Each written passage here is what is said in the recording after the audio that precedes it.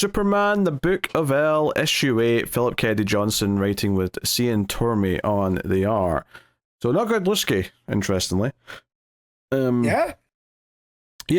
So I was pretty down on the last issue of this. On issue 7. I can't say I feel that much better about this one. Like, it's still just kind of going through its motions, and I feel like I'm just kind of just riding along until it's going to reach its end, and I'm just not feeling a lot of these extraneous characters. And even though they had a cliffhanger last issue with this was it Pyros? I was going to say Pheasant. This Pyros guy. Like, when he first showed up again in this one, I'm like, who's this asshole? And I was like, oh wait, no. They literally did a cliffhanger with him last time. Well, and I'm glad that that Philip Kennedy Johnson chose to give us Pyros' origin here, because I feel like even all the way back when we had that one issue that was like the Arthurian legend of Superman with all these different feuding factions, and we get Pyros as the one true son, and we come to find out that no, he's kind of a byproduct of magic, because of when one of his last stories, Philip Kennedy Johnson did that with the Shadowlands, which was the girl, I'm trying to remember, that was like the daughter, I think, of was the daughter of Bruce and Talia from a different dimension or whatever. When Superman with Constantine to help solve that, this witch Cersei was able to pull some of his essence and create a child with it. And I was like, okay, well, this makes sense for me as a Superman fan, that he didn't step out on Lois with Cersei to have this kid, or, Lois was gone because of, human age and whatnot. That said, I am kind of, as much as I like the mythology at play here, this would be much better as a Wikipedia article. I could just read about the future of where Johnson wanted to go with the super families. Because, like, again, in the idea, I like. I don't know if he's executing it in a story that well. I don't even know if I'm that into the ideas at this point. And I'm like, I loved his Warworld saga. I liked his action stuff post that.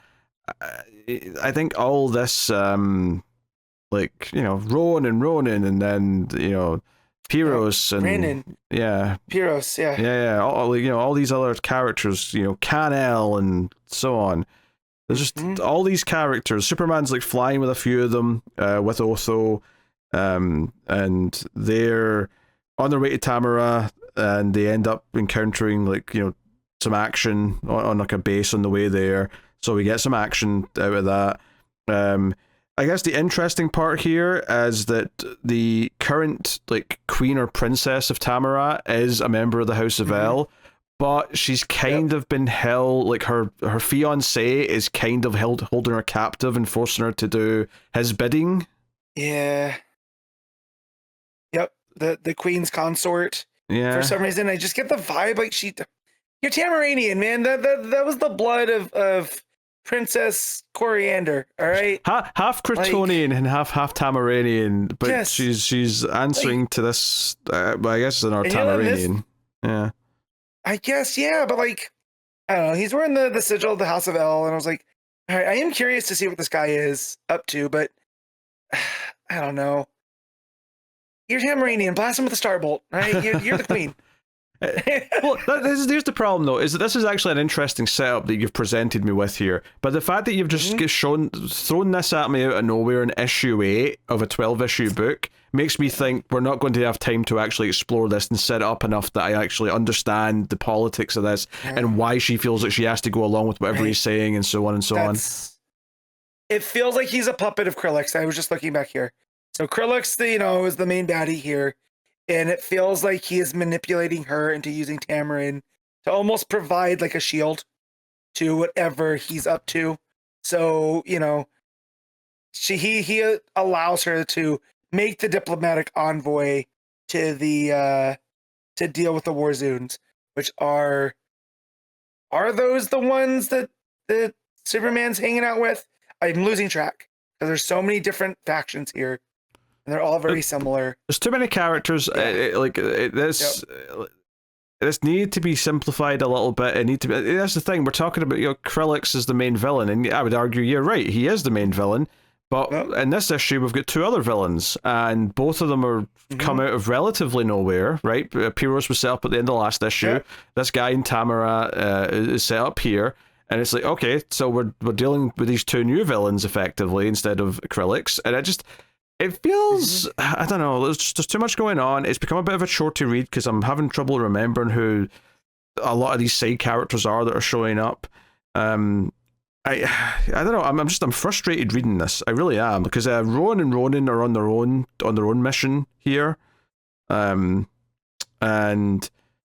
yeah, they come across. I mean, oh, they encounter. So they come across Pyros. Yeah, they come across Pyros. Yeah, that's who they run into. Yeah, they go to his realm, which looks like this, mythological. Looks like Atlas holding up the planet, right? And there's this sun and moon that look like they have different, like the sun has a face. I don't think the moon also has a face. So, and his realm's being held up by this guy, it kind of looks like Superman.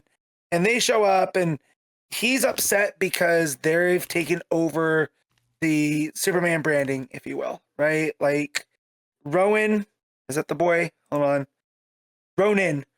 Ronan has taken on the Superman persona, while Rowan has taken the Green Lantern, and he's upset because he feels like that should have been his. Yeah, I'm the soul right here. And I was like, this is too late to introduce this. We're in issue 8, right? Yeah. Yeah. We're in issue 8. This is something that should have happened back in issue 2. For Pyros. And Pyros is doing stuff with magic, and that's where we get his origin and whatnot. Honestly, as they're doing see if you told me that the story that he is telling throughout these 12 issues was something he had actually initially planned for like a 30-issue run of like Superman or Action or whatever, and he was told you can have 12 issues to finish it off what you were doing, and he said, all right, I still want to do everything that I had planned though, so I'm just going to squeeze it all in. Notes. That's what this feels like. It feels like we're just going through bits that are happening, and I feel no attachment to anything that's going on.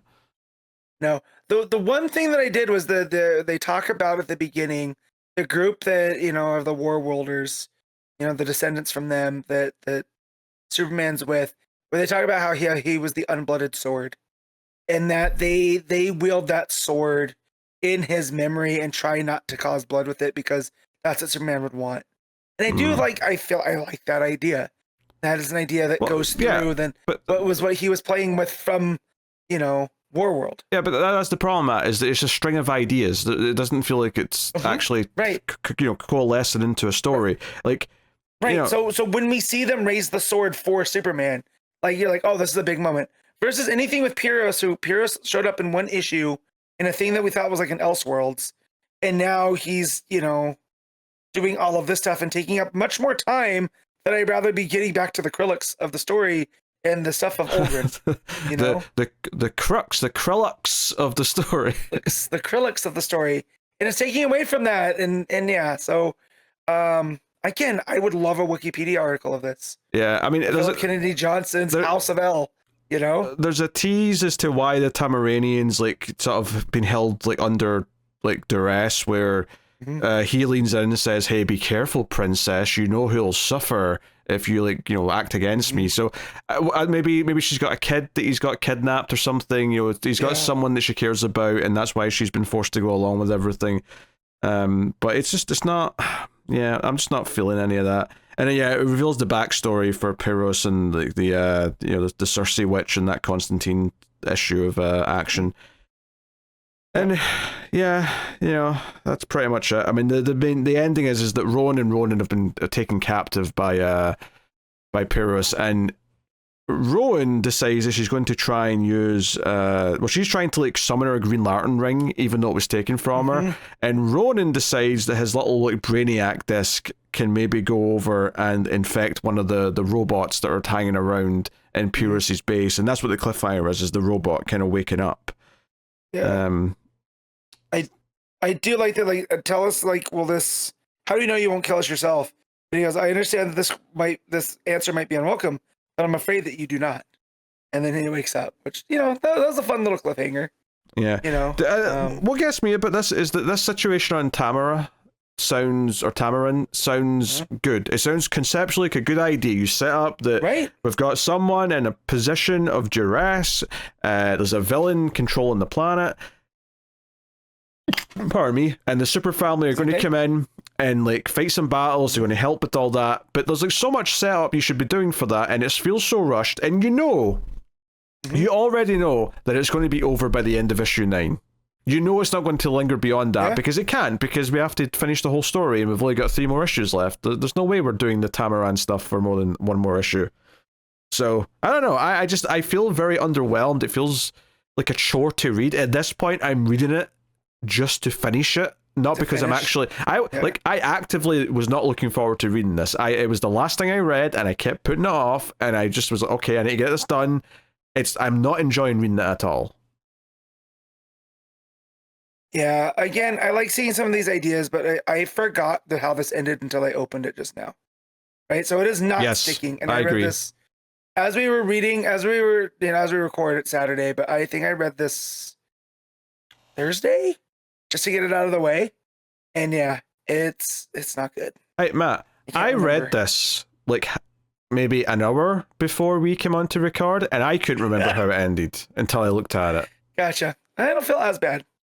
Yeah, it's just a bummer because I love Philip Kennedy Johnson for the most part, and this might be the worst thing of his that I've had the pleasure of reading. Because I feel like, you know, like, I mean, my memory is kind of weird with comics where, like, if you ask me what happened in a book after like a little bit, I'll struggle, but the second I look at it, it'll all come flooding back to me, and that tends to happen. I'll be looking at the pages as we're talking, I'm like, oh yeah, this and this, but I'm looking down at this one as we're talking about it, and I'm like, I don't know what characters on this page. I don't know why they're doing what they're doing. I do not remember any of it. Keeping it all straight is just not happening at all. It's really weird. No.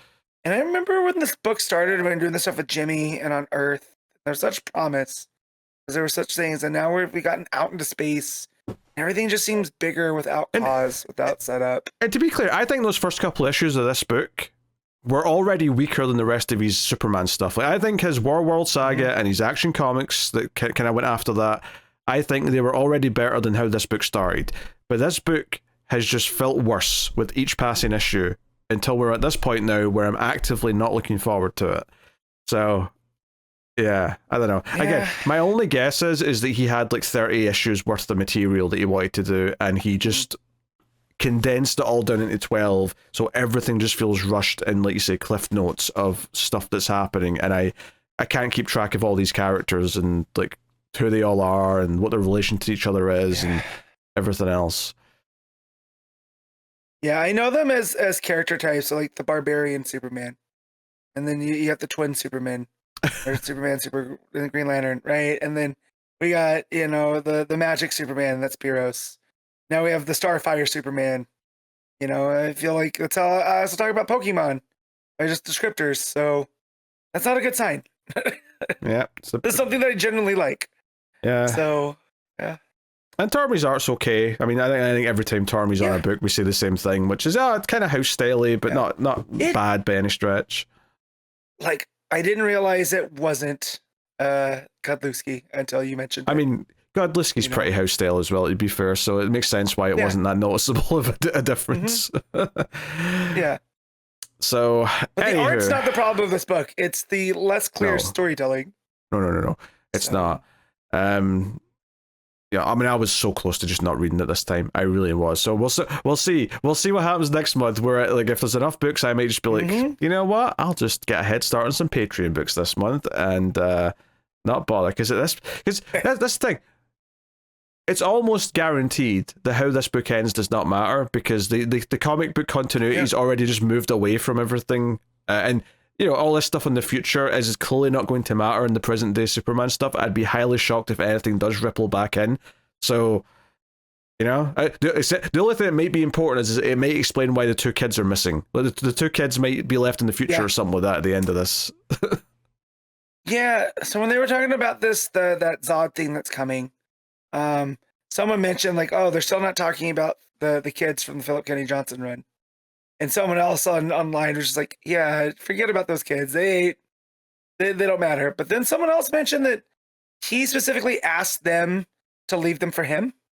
So I wonder what's going to happen at the end of this thing with them, because it definitely feels like they're not around in modern continuity. No. They're either getting left in the future or they're just dying. I mean, something to that effect. But I wonder if they not sacrifice themselves, but with all the stuff with Olgrin, they become the new essence of Olgrin.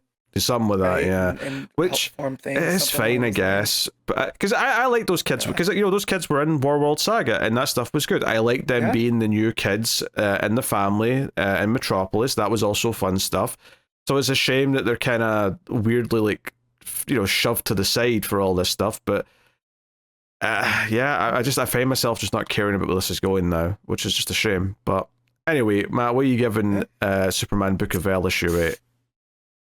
I'm gonna give this a 5.5. Yeah, I'm gonna give it just a straight 5. I can't go I was tempted to go lower because I'm annoyed, but at the same time, it's like, no, the art's fine. Like, it's all like technical wise, it's all fine. It's just, yeah, just a story.